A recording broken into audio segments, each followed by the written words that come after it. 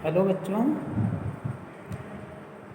आज हम अलंकार की चर्चा एक मौखिक रूप में करने जा रहे हैं। जैसा कि हमने रिटन में वीडियो भी बनाया है, उस वीडियो को और क्लियर करने के लिए, स्पेशली उन बच्चों के लिए जो शायद समझ नहीं पा रहे हैं, एक बार पुनः प्रयास कर रहे हैं इस वीडियो के माध्यम से कि आप उसे बेहतर से समझें। तो सर्वप्रथम मैं अलंकार के बारे में बताने जा रहा हूँ कि अलंकार होता क्या है। अलंकार शब्द से ही स्पष्ट है। अलंकार मतलब आभूषण, और जब इसे क्रिया में परिवर्तित करेंगे तो अलंकृत हो जाता है। अलंकृत मतलब सुशोभित करना। तो अलंकार जो होता है वह काव्य की शोभा बढ़ाने के लिए प्रयोग किया जाता है। और एक दूसरा उदाहरण समझिए, जैसे कि कहीं आप लोग जाते हैं तो अपने आप को सुंदर दिखने के लिए तरह तरह से परफ्यूम इस्तेमाल करते हैं, अपना फेस क्रीम इस्तेमाल करते हैं, ड्रेस इस्तेमाल करते हैं। ऐसे ही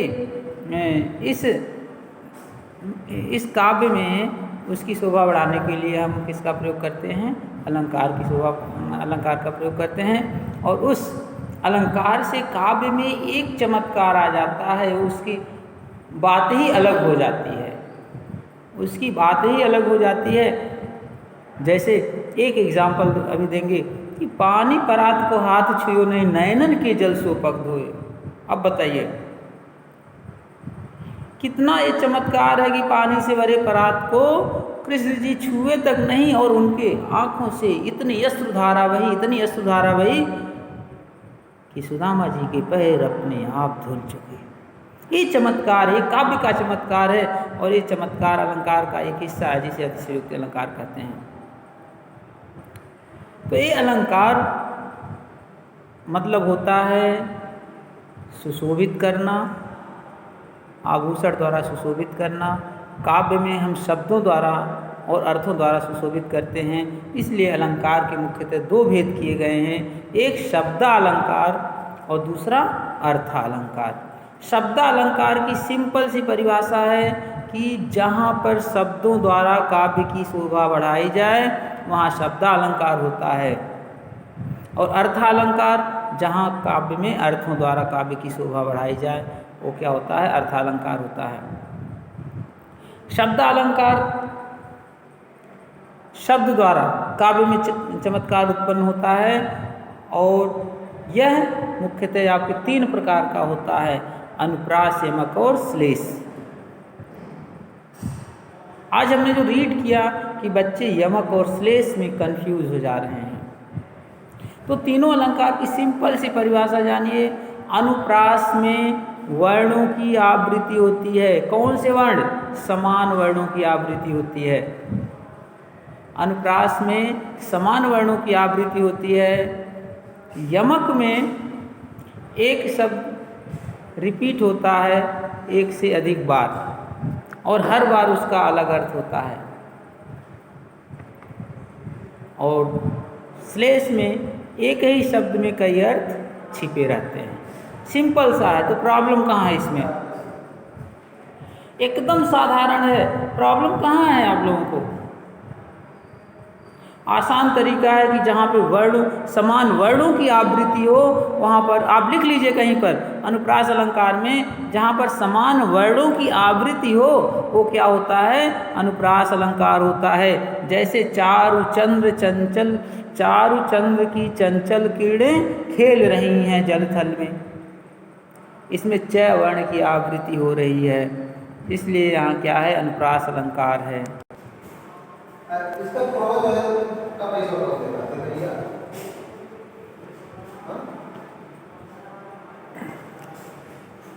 अनुप्रास अलंकार के बारे में हम चर्चा कर रहे थे। अनुप्रास अलंकार का सिंपल सा है, एकदम समझिए कि वर्णों की आवृत्ति है, और वर्णों की क्या है? समान आवृत्ति है। वर्णों की समान आवृत्ति होती है, तो ऐसे में क्या होता है, अनुप्रास अलंकार होता है। जैसे तरन तनूजा तट तमाल तरुअर बहु छाए, इसमें कौन सा वर्ण बार बार आ रहा है, त वर्ण आ रहा है, इसलिए क्या होगा, आपका अनुप्रास अलंकार होगा। अब यमक, यमक में एक ही शब्द एक या एक से अधिक बार आता है, एक ही शब्द एक या एक से अधिक बार आता है, ध्यान रहे, और उसका अलग अलग अर्थ होता है। जैसे काली घटा का घमंड घटा, काली घटा का घमंड घटा, घटा 2 बार आया है, एक बार जो घटा है वो बादल से है, दूसरी बार घटा का क्या है, कम होने से है। ये यमक है, एक शब्द एक या एक से अधिक बार आवे, ध्यान रहे, यमक अलंकार में एक शब्द एक या एक से अधिक बार आता है और उसके अर्थ हर बार अलग होते हैं, ये यमक अलंकार होता है। फिर आपका नेक्स्ट जो होता है श्लेष अलंकार।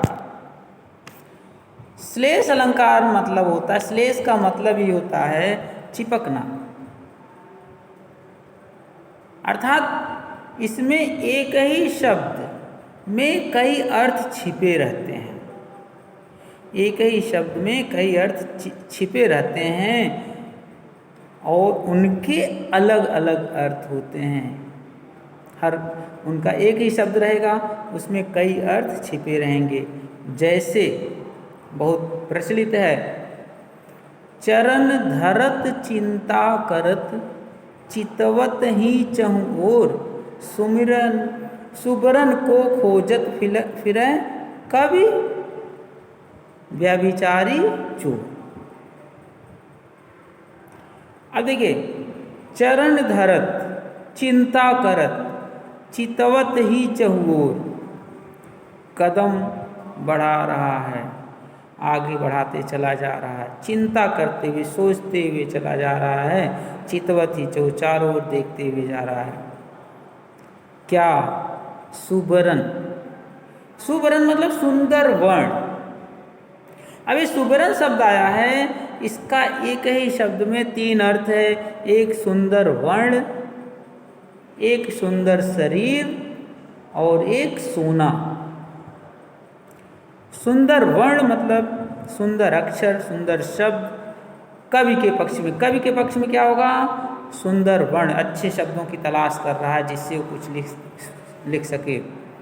व्याभिचारी जो है, जो जिसका विचार भ्रष्ट है, वह इधर उधर सुंदर स्त्री की तलाश कर रहा है। और जो चोर है वो सोना खोज रहा है, सोना मतलब सोने से संबंधित धन की तलाश में है।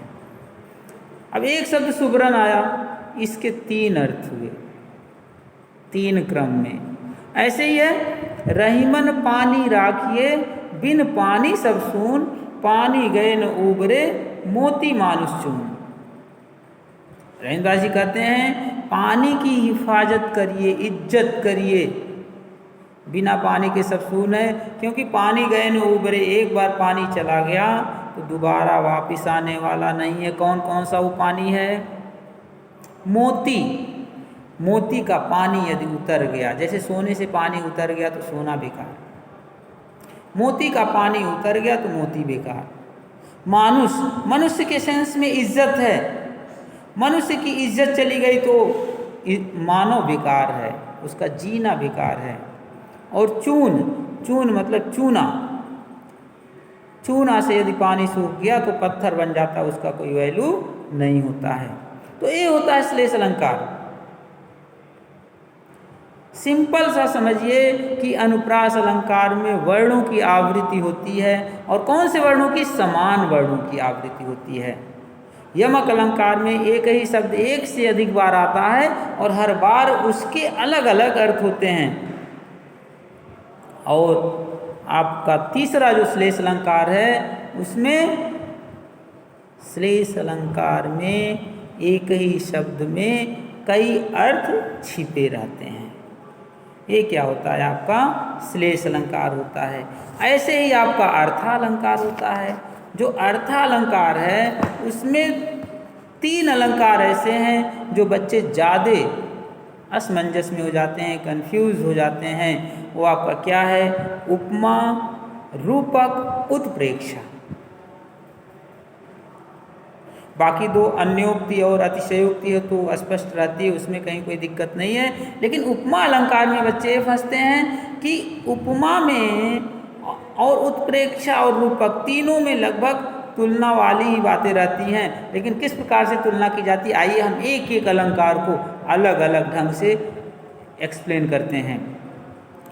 उपमा अलंकार में तुलना की जाती है।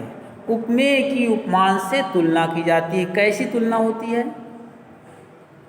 किसी विशेष प्राणी, व्यक्ति अथवा वस्तु की किसी प्रसिद्ध प्राणी, वस्तु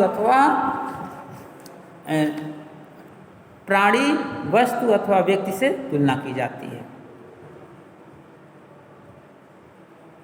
इसमें गुण, अवगुण, हर चीज की तुलना दूसरे के साथ की जाती है, तो उपमा अलंकार होता है।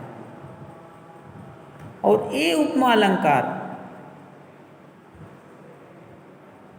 आपका, इसके 4 अंग होते हैं: उपमेय, उपमान, साधारण धर्म और वाचक।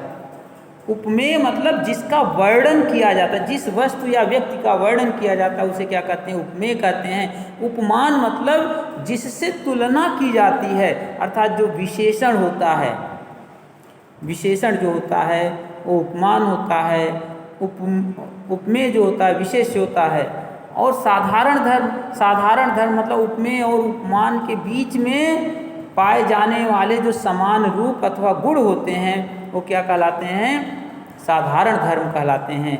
और वाचक मतलब जो शब्द हम प्रयोग करते हैं, जैसे ऐसे, से, सा, सी, समान, सरिस, पीपर, पात, सरिस, मन डोला। पीपर, पात, सरिस, मन डोला। तो इसमें आपका अगर वर्णों की आवृत्ति लेते हैं तो अनुप्रास होगा, और बाकी वैसे लेते हैं तो उपमा अलंकार होगा। दोनों अलंकार है। कुछ ऐसे पंक्तियां हैं, कुछ ऐसे काव्य की कविता है जिसमें एक की बजाय 2-2 अलंकार हैं, तो उसमें कोई ऐसा कंफ्यूज होने की ज़रूरत नहीं। बस इतना जान लीजिए कि अपने जिन पंक्तियों में किसी व्यक्ति, प्राणी या वस्तु आदि के गुण, अवगुण, रूप, स्वभाव या स्थित आदि की तुलना या समानता किसी दूसरे के साथ होता है, उसे हम क्या कहते हैं? उपमा अलंकार कहते हैं। अब आता है आपका रूपक अलंकार। देखिए, उपमा अलंकार में तुलना होती है और रूपक में तुलना नहीं होती है, बल्कि उपमेय में ही उपमान को मान लिया जाता है। कैसे? अत्यधिक समानता के कारण। रूप और गुण की अत्यधिक समानता के कारण उपमेय में ही उपमान को मान लिया जाता है, अर्थात उपमेय में ही उपमान का आरोप कर अभेद स्थापित कर दिया जाता है। वहाँ रूपक अलंकार होता है। जैसे मैं तो चंद्र खिलौना ले हूँ। खिलौना चंद्र के समान चाहिए, इन्हें चंद्रमा के समान खिलौना चाहिए, लेकिन चंद्र खिलौना ले हैं, मतलब अत्यधिक समानता है उनके खिलौने और चंद्रमा में, इसलिए कह रहा मैया मैं तो चंद्र खिलौना ले हैं। चरण कमल बंधु हरिराई। चरण कैसे हैं? कमल के समान है, लेकिन कमल और चरण दोनों में प्रभु के अत्यंत समानता है, जिसके कारण से एक कह दिया चरण कमल बंधु हरिराई। तो उपमा में तुलना की जाती है, उत्प्रेक्षा में उपमेय में रूपक में उपमेय में ही उपमान को मान लिया जाता है, और उत्प्रेक्षा में अत्यधिक समानता के कारण उपमेय में उपमान की संभावना या कल्पना की जाती है। अब क्या ओवरऑल निष्कर्ष क्या निकला? कि उपमा में तुलना किया जाना, ठीक है, रूपक में अत्यधिक समानता के कारण उपमेय में उपमान को एक साथ मान लिया जाना, और उत्प्रेक्षा में कल्पना किया जाना। उत्प्रेक्षा में अत्यधिक गुण और अवगुण की समानता होने, गुण या अवगुण की समानता होने के कारण उपमेय में उपमान की संभावना या कल्पना कर ली जाती है। और उत्प्रेक्षा की सबसे बड़ी पहचान है, इसके जो वाचक शब्द हैं मानो, ज्यों, मनु, जनु, जानो, मनो, जनो, ये सब वाचक शब्द इस्तेमाल होते हैं, प्रयोग होते हैं। इस प्रकार से उत्प्रेक्षा अलंकार को पहचानना बहुत ही आसान होता है। एक उदाहरण के माध्यम से आपको क्लियर करेंगे कि सोहत ओढ़े पीत पट, सोहत ओढ़े पीत पट, श्याम सलोने गात, मनो नील मणि शैल पर, आतप पर्यो प्रभात। मनो देखो आ गया,